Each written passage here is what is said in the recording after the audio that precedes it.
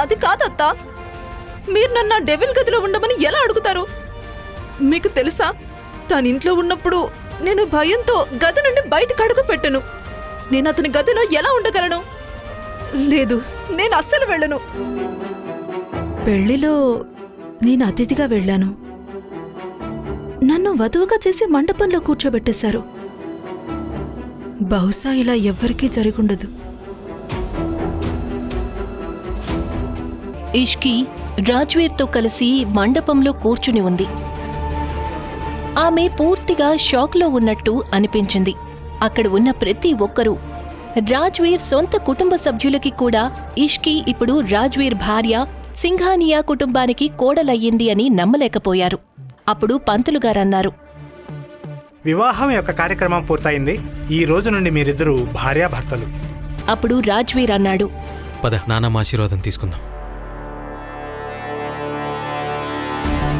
రాజ్వీర్ మరెవరి దగ్గర ఆశీర్వాదం తీసుకోలేదు. అది అర్నవ్ మరియు కోమల్కు ఏమాత్రం నచ్చలేదు. కాని వాళ్లకి అది అలవాటైపోయింది. ఇద్దరూ నానమ్మ ఆశీర్వాదం తీసుకున్నారు. ఇద్దరూ చల్లగా ఉండండి, నిండు నూరేళ్లు హాయిగా ఉండండి. ఒక నిశ్శబ్దం తరువాత అర్నవ్ రాజ్వీర్ వద్దకొచ్చి అతనితో చెప్పాడు, బాబు రాజ్వీర్, మీరు ఇప్పుడు ఇష్కిని వివాహం చేసుకున్నారు. కాని మీరు ఇలా చేసినా కొంచెం సమయం వేచి ఉండాలి. ఎందుకంటే ఈ వివాహం చెల్లదు. ఇష్కి వయసు కేవలం 19 సంవత్సరాలు మరియు అమ్మాయిల చట్టబద్ధమైన వివాహ వయస్సు 21 సంవత్సరాలు. కోర్టు ఈ వివాహాన్ని ఎప్పటికీ అంగీకరించదు మరియు మీ వివాహం ఎప్పటికీ రిజిస్టర్ చేయబడదు. మీరు దీని గురించి చింతించకండి. నేను వీలునామాల వివాహ వయసును 29 నుండి 32కు పెంచాను. అంటే ఇష్కీకి 21 ఏళ్ళు వచ్చే వరకు మాకింకా సమయం ఉంది. ఇష్కీకి 21 ఏళ్ళు వచ్చిన వెంటనే మా పెళ్లి రిజిస్టర్ చేసుకుంటాం. Don't worry. దీని తరువాత రాజ్వీర్ తన గదికి వెళ్ళిపోతాడు. అక్కడ్నుండి రాజ్వీర్ను చూసి అర్నవ్ కూడా అక్కడ్నుండి వెళ్ళిపోతాడు. రాజ్వీర్ వెళ్లిన తరువాత కోమల్ ఇష్కి వద్దకు వచ్చి ఇలా అంటుంది, ఇష్కి, ఇప్పుడు మీ మధ్య పవిత్ర బంధం ఏర్పడింది. ఇక నువ్వు చాలా బాధ్యతగా ఉండాలి. పవిత్రమైన బంధంలోనా లేదా బలవంతపు బంధంలోనా? మీరు అన్నయ్యని ఎందుకు ఆపలేదు? మేషా, నువ్వు ప్రశాంతంగా ఉండు. ఏం జరగాలో అది జరుగుతుంది. ఇష్కి తల్లి, ఎప్పటి వరకు నువ్వు రాజ్వీర్ కోపాన్ని మాత్రమే చూసావు.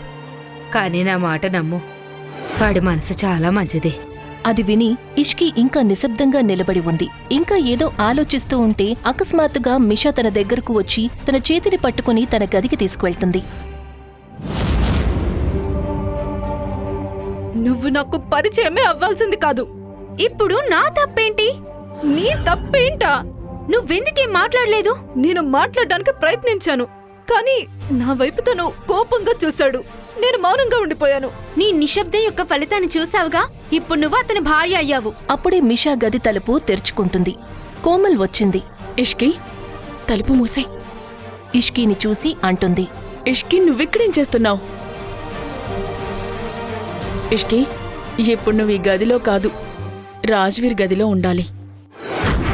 ఇది విని ఇష్కి భయపడిపోయి చాలా గట్టిగా అంటుంది, కుదరదాంటి. మీరు నన్ను డెవిల్ గదిలో ఉండమని ఎలా అడగగలరు? మీకు తెలుసా, తనింట్లో ఉన్నప్పుడు నేను భయంతో నా గది నుండి బయటకు అడుగు కూడా వేయను. నేనతని గదిలో ఎలా ఉండగలను? లేదు, నేను అస్సలు వెళ్ళను. అవునమ్మా, ఇష్కి అన్నయ్యతో ఎలా ఉంటుంది? రూహీ మిషా కన్నా పెద్దది మరియు తన సవతి చెల్లి. కాని రాజ్వీర్ సొంత చెల్లి. రూహీ వచ్చి ఇష్కీతో అన్నది, ఇష్కి, నువ్విప్పుడు అన్నయ్య గదిలోకి వెళ్ళకపోతే అన్నయ్య నిన్ను తీసుకెళ్ళడానికి ఇక్కడికొస్తాడు. రూహీ, ఏం మాట్లాడుతున్నావు? భయంగా ఉంది. ఏం మాట్లాడకుండా అమ్మతో వెళ్ళు. అవునిష్కి, వెళ్ళు. వెళ్ళకపోతే అన్నయ్యకి కోపం వస్తుంది. ఇష్కి విచారకరమైన గొంతుతో మృదువుగా మాట్లాడుతూ, సరే, నేను నా బట్టలు తెచ్చుకుంటాను.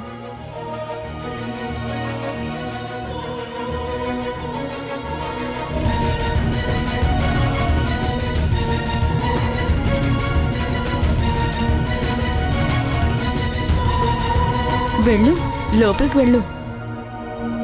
మీరు నన్ను ఆ డెవిల్కి అప్పగిస్తున్నారు. పైగా మీరు నాతో లోపలికి కూడా రావడం లేదు. అలా కాదు ఇష్కి, నేను నిన్ను ఒంటరిగా వదిలి వెళ్ళాలనుకోవట్లేదు. కానీ అసలు విషయం ఏంటంటే రాజ్వీర్ గదిలోకి మాకు వెళ్ళడానికి అనుమతి లేదు. అప్పుడు నేను కూడా వెళ్ళను. తను నన్ను చూసి కోప్పడితే? లేదు, అలాంటిదేమీ ఉండదు.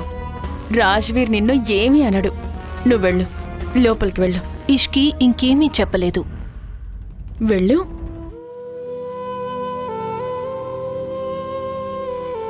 ఈసారి ఇష్కి ధైర్యం చేసి లోపలికి వెళ్ళింది. అక్కడ కూర్చుని ఆపై మిషాకి కాల్ చేసింది. మిషా ఫోన్ చూసి లిఫ్ట్ చేసి, ఏమైంది? ఏమీ కాలేదు. ఇంతవరకు డెవిల్ కనపడలేదు. ఇది విన్న మిషా ఊపిరి పీల్చుకుని, చిల్గా ఉండిష్కి, ఏదైతే జరిగిందో అది అన్నయ్యే చేశాడు. అందులో నీ తప్పేమీ లేదు. కాబట్టి నువ్వు భయపడాల్సిన అవసరం లేదు. అవునా అమ్మా? నువ్వు నాకు భయపడనట్టుగా నాకు జ్ఞానాన్ని ఇస్తున్నావా? మిషా ఈ విషయాన్ని దాచడానికి ప్రయత్నించింది. హే, నేనెందుకు భయపడతానంటే నేనెప్పుడు ఏదో ఒక పిచ్చి పని చేస్తూనే ఉంటాను. కానీ నువ్వేమైనా చేసావా? లేదు కదా. సో చిల్లా, ఇదంతా నీ వల్లనే. ఆ రోజు మీ ఇంటికి భోజనానికి రాకుంటే అసలు ఇలా ఇరుక్కునేదాన్నే కాదు. ఈ రాత్రి గడిచిపోనివ్వు. రేపుదయం నేను నిన్నేం చేస్తానో చూడు. అవునా? నీకంత భయం అవుతుంది కదా. ఒక పని చేయి, అన్నయ్య రాకముందే చేంజ్ చేసుకుని పడుకో.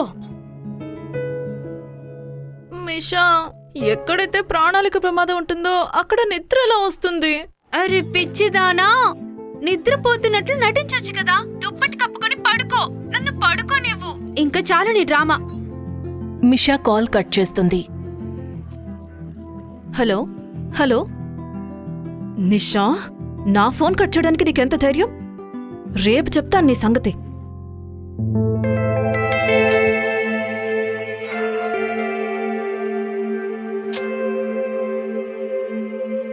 చేంజ్ చేసుకోవడానికి వెళ్తుంది. రాజ్వీర్ తన స్టడీ రూంలో కూర్చుని కొన్ని ఫైల్స్ చూస్తున్నప్పుడు అతనికి సమర్ నుండి కాల్ వచ్చింది. రాజ్వీర్ చిరునవ్వుతో కాల్ లిఫ్ట్ చేయగానే, సార్, సంజన తన బాయ్ ఫ్రెండ్ దగ్గరికి వెళ్ళింది. నాకు అనిపిస్తుంది ఆ రోజు నైట్ జరిగిన దానికి మిమ్మల్ని బ్లాక్మెయిల్ చేయడానికి అనుకుంటా. రాజ్వీర్ డెవిల్ స్మైల్ ఇస్తూ, వెళ్ళ నీవు. ఆ తర్వాత జరిగేదాన్ని సంజన తట్టుకోలేదు. ఆమె రాజ్వీర్ సింఘానియాను అంచనా వేయడంలో పొరపాటు చేసింది. ఓకే సార్, మరి ఇప్పుడు ఏం చేయాలి? మొదట కేశవ్ దివానికి సంబంధించిన అన్ని ఆధారాలను క్రైమ్ డిపార్ట్మెంట్కి ఇవ్వండి. ఈసారి తప్పకుండా గట్టి శిక్ష పడాలి. ఇది విన్న తరువాత సమర్ మళ్ళీ అడిగాడు, సార్, ఈ సంజనను ఏం చేయాలి? ఏం చేస్తే చేయనివ్వండి. మీ వద్ద ఉన్న ఫోటోలను లీక్ చేయండి. ఆ రాత్రి తను ఎవరితో ఉందో తనకు కూడా తెలియాలి. Okay sir. Rajveer phone cut చేశాడు.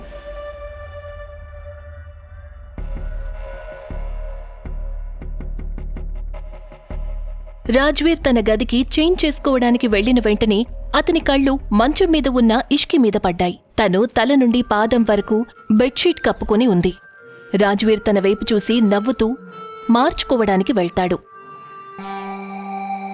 ఇష్కి గట్టిగా కళ్ళు మూసుకుని, ఓరి దేవుడా, నాకెందుకు నిద్ర పట్టడం లేదో నాకు తెలియడం లేదు. నేను డెవిల్ రాకముందే నిద్రపోవాలనుకున్నాను. ఏం జరుగుతుంది? నేను తన గదికి రాకుండా ఉండాల్సింది. మిషా, ఎక్కడున్నావు? దయచేసి నన్ను కాపాడు. ఇష్కి ఆలోచిస్తుంటే రాజ్వీర్ చేంజ్ చేసుకుని వస్తాడు.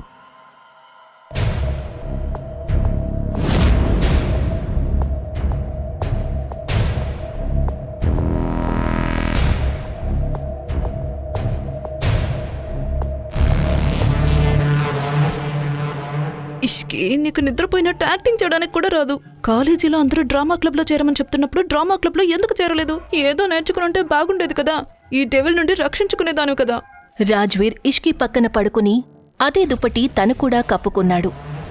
అతను అలా చేసిన వెంటనే ఇష్కి గుండె వేగంగా కొట్టుకోవడం ప్రారంభించింది. రాజ్వీర్ కొంతసేపు ఇష్కి ముఖాన్ని చూస్తూనే ఉన్నాడు. ఆపై తన చెవిలో ఏదో చెప్పాడు. అది విన్న తర్వాత ఇష్కి ముఖ కవళికల్లో మార్పు వచ్చింది. కాని ఆమె ఇంకా కళ్ళు మూసుకునే ఉంది. ఈ ప్రశ్నలకు సమాధానాలు తెలుసుకోవాలంటే నెక్స్ట్ ఎపిసోడ్ వినాల్సిందే. క్రింద ఇచ్చిన లింక్ ని క్లిక్ చేసి పాకెట్ ఎఫ్ఎం యాప్ ని ఇన్స్టాల్ చేసుకోండి. Stay tune to pocket FM.